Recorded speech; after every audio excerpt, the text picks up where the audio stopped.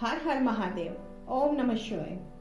आज हम शिव महापुराण का द्वितीय खंड का 23वां अध्याय शुरू करने जा रहे हैं, जिसमें शिवजी से आज्ञा पाकर सती दक्ष यज्ञ में पहुंचना चाहती है।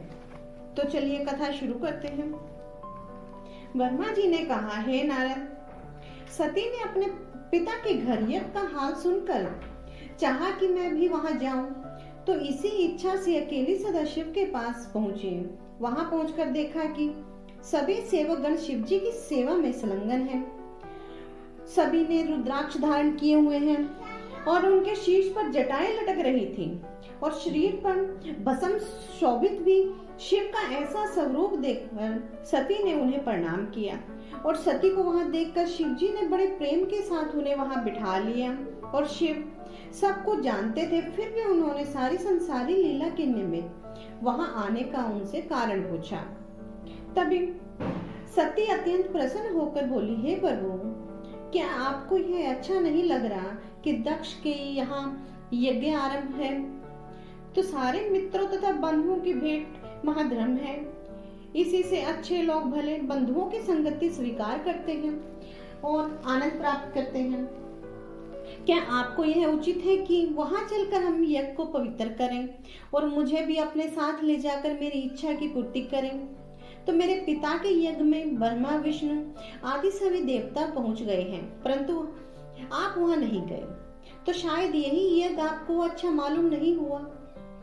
आप वहां न जाने का कारण मुझे विस्तार पूर्वक समझाइए, तो मैं आपकी दासी हूँ। मेरी हार्दिक इच्छा है कि मैं अपने पिता के घर जाऊं और आप मुझे अपने साथ लेकर वहां चलिए। तो शिवजी ने सती के वचन सुनकर मुस्कुराते हुए कहा, हे सती, तुम्हारे पिता दक्ष ने तो मुझे को यज्ञ का निमंत्रण नहीं भेजा।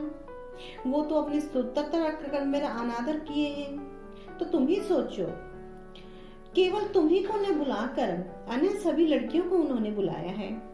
तो इसका तो एक ही मात्र कारण हुआ कि वे केवल स्तुति ही चाहते हैं। ऐसे स्थान पर तो बिना बुलाए जाना कहाँ का उचित है?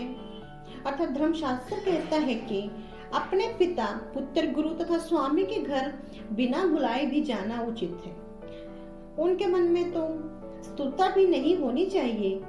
किसी के घर बिना बुलाए जाना तो मृत्यु से भी अधिक अनादर है, तो लोक निंदा का कारण होता है।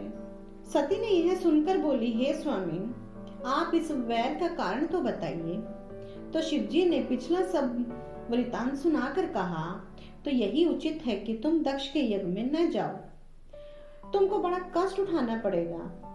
तो शिव ने सती को अनेक प्रकार से समझाना, परंतु सती को यह अच्छा न लगा और वह दक्ष पर अति अप्रसन्न होकर कपित होकर कहने लगी, हे शिवजी, आप तीनों लोगों का आनंद प्रदान करने वाले हैं, सभी देवताओं का आपका स्मरण करते हैं, तो आप यज्ञ कर्म तथा यज्ञ के फल हैं।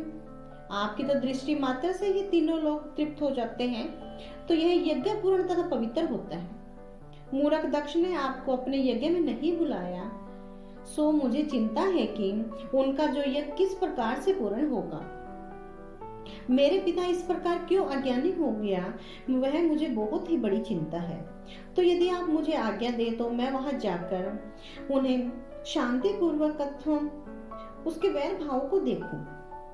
शिवजी को तो कुछ और ही लीला करनी थी, इसीलिए उन्होंने सती के आग्रह को न टालकर उन्हें नंदी पर सवार होकर यज्ञ में जाने का आदेश दिया और उनसे कहा, सती के साथ 60,000 गण देकर उन्हें विदा किया। तो अच्छे अच्छे वस्त्र आभूषण दिए, तो सती का स्वरूप भी अति उत्तम कर दिया। हे नारद, शिव ने ऐसी माया की, सती बड़ी धूमधाम से चली गई। तो सती ने उस समय अपनी जैसी शोभा प्रकट की थी, वैसी किसी समय में भी प्रकट नहीं की थी। तो उनके चलने के समय बड़ा शब्द हुआ कि कोई गण उछलता कूदता है, कोई गण भी सबको प्रसन्न तथा आनंदित करते हुए चले। सती का प्रताप वर्णन करता तो शिव कोई महिमा का गान करता हुआ चल रहा था। इस प्रकार सब अत्यंत प्रसन्न होकर अनेक प्रकार की गति से चलते हुए सती की सेवा करते हुए दक्ष के घर जा पहुंचे। यह कथा यहीं पर समाप्त होती है। हर हर महादेव। ओम नमः शिवाय।